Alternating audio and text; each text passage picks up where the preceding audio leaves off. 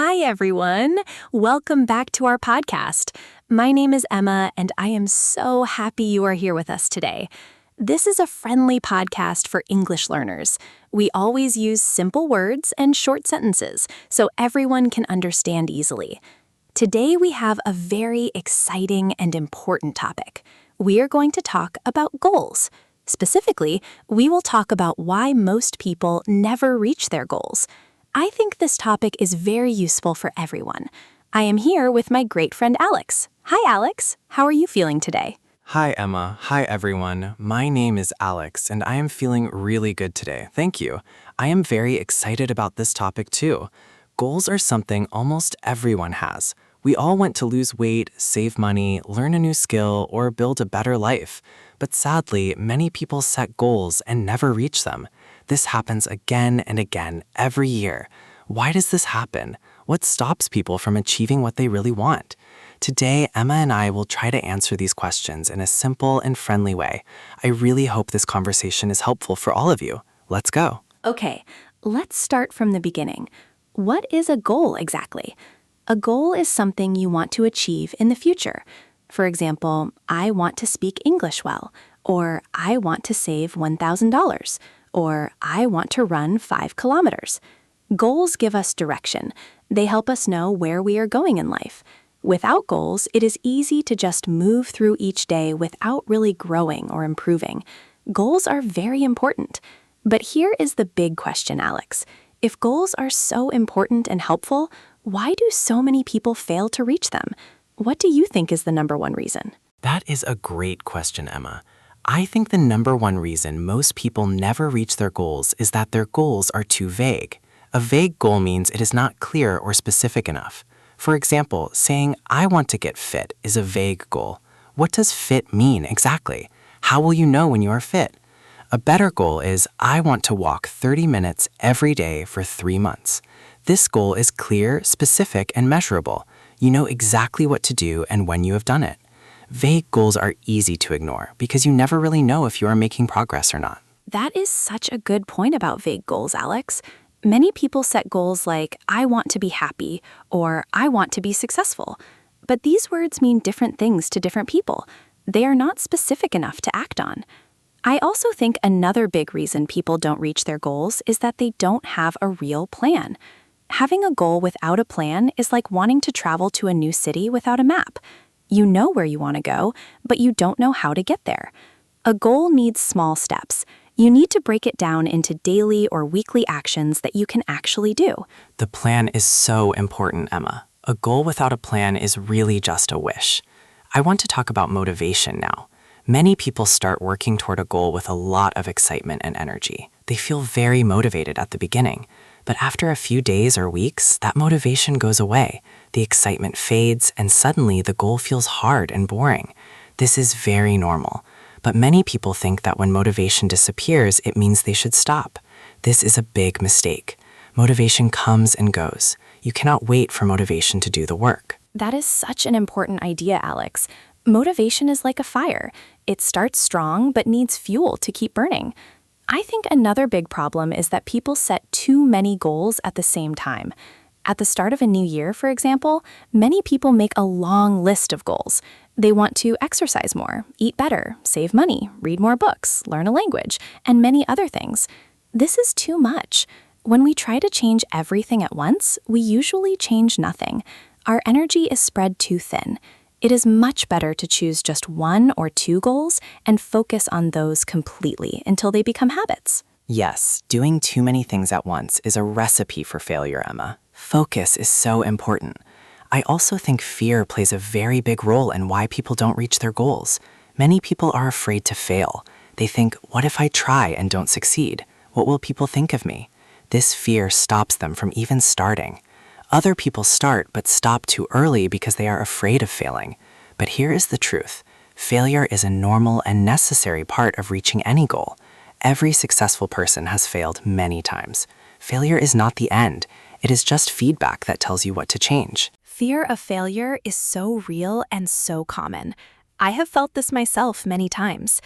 I also want to talk about another fear, the fear of judgment. Many people don't share their goals with others because they are afraid people will laugh at them or think their goals are too big, so they keep their goals secret and work alone. But this can make it easier to quit. When nobody knows about your goal, there is no one to keep you accountable. Accountability means having someone who checks on your progress. Sharing your goal with a trusted person or a group can really help you stay on track and not give up. Accountability is such a powerful tool, Emma. When someone else knows about your goal, you feel more responsibility to keep going. I want to talk about something called instant gratification now. This is a modern problem. We live in a world where we can get things very quickly. We can order food and have it in 30 minutes. We can watch any movie right now. We get everything fast. So when we set a goal that takes months or years to achieve, it feels very slow and frustrating. People want fast results. When results don't come quickly, they give up. Learning to be patient and trust the slow process is very important for reaching any big goal. Instant gratification is such a big problem today, Alex. We are not used to waiting. I also think the people around us have a huge effect on whether we reach our goals. If your friends and family don't support your goals, it is much harder to keep going. Sometimes the people close to us even discourage us. They say things like, "That goal is too big," or "Be realistic." These words can really hurt our confidence. The people around you can either push you forward or pull you back. This is why it is so important to choose your social circle carefully and spend time with positive, supportive people. The people around us really do shape our success, Emma. This is so true. I want to mention self-belief. This is one of the most important ingredients for reaching goals. If you don't believe you can achieve something, you probably won't even try hard enough. Many people have big dreams, but a quiet voice inside them that says, "You are not good enough, you can't do this." This negative self-talk is very damaging. We need to practice believing in ourselves. We need to remind ourselves of past successes, even small ones. Self-belief doesn't always come naturally. Sometimes we need to build it slowly and deliberately through small wins. Building self-belief through small wins is such a smart idea, Alex. Every small success adds confidence for the next step. I want to talk about comfort zones now. Many people don't reach their goals because they are not willing to leave their comfort zone. A comfort zone is a place where everything feels safe and familiar.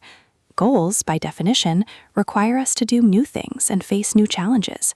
This is uncomfortable, but growth happens outside the comfort zone, not inside it. If you always do the same things, you will always get the same results. To reach a new goal, you need to be willing to feel uncomfortable, at least for a while. Leaving the comfort zone is never easy, but it is always necessary, Emma. I want to add something about consistency now. Many people think that reaching a goal requires one big heroic action, but actually it is the small, consistent daily actions that create real results. For example, reading just 10 pages a day doesn't feel like much, but after 1 year, you have read many books. Exercising for 20 minutes a day doesn't feel dramatic, but after 6 months, your body changes. Small, consistent actions done regularly over time are much more powerful than one big effort done once. Consistency is the real secret to reaching any goal. Consistency truly is the secret, Alex. Small daily actions really do add up to big results over time. I also want to talk about the importance of tracking your progress. Many people set goals but never check how they are doing. They just hope things are going well. But tracking progress is very important. When you write down what you have done each day or each week, you can see how far you have come. This feels good and motivates you to keep going. It also helps you notice if you are off track, so you can correct your direction. You don't need anything fancy. A simple notebook or a free phone app is enough. Tracking progress is such a practical tool, Emma. Seeing your own progress on paper is very motivating. I also want to talk about the role of habits. Many people think reaching goals is about willpower. They think they just need to want it badly enough. But actually, the most successful people rely on habits, not willpower. Willpower is like a battery. It runs out during the day. But a habit is automatic. You don't need to think about it or use energy. When you turn your goal-related actions into daily habits, you don't need to rely on feeling motivated or strong. The action just happens automatically, like brushing your teeth every morning. Turning actions into habits is such a smart strategy, Alex. Willpower runs out, but habits keep going. I want to talk about something called the all or nothing mindset now. This is a very common problem. It means people think they need to be perfect or they have failed completely. For example, someone is trying to eat healthy. They eat one unhealthy snack and they think, I already ruined today, so I might as well eat badly for the rest of the day too. This all or nothing thinking destroys progress. One small mistake doesn't erase all your hard work. Progress is never perfect, and that is perfectly okay. The all-or-nothing mindset is so destructive, Emma. I have fallen into this trap many times myself. Progress is not a straight line. It goes up and down, and that is completely normal. I also want to mention the importance of why.